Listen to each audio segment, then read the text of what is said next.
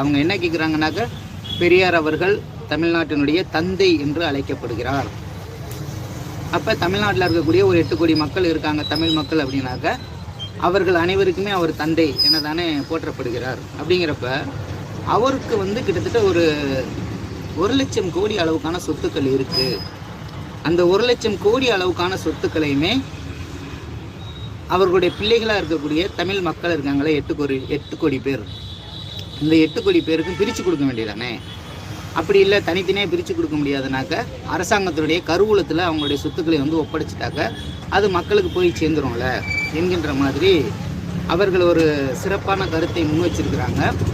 அந்த கருத்தில் எனக்கு உண்மையாகவே மாற்று கருத்து கிடையாது, நல்ல அருமையான கருத்து தான். ஆனால் ஒரு சின்ன குறைபாடு என்ன அப்படின்னாக்க, இதை பெரியாரிடம் மட்டும் நம்ம கேட்பது தவறு.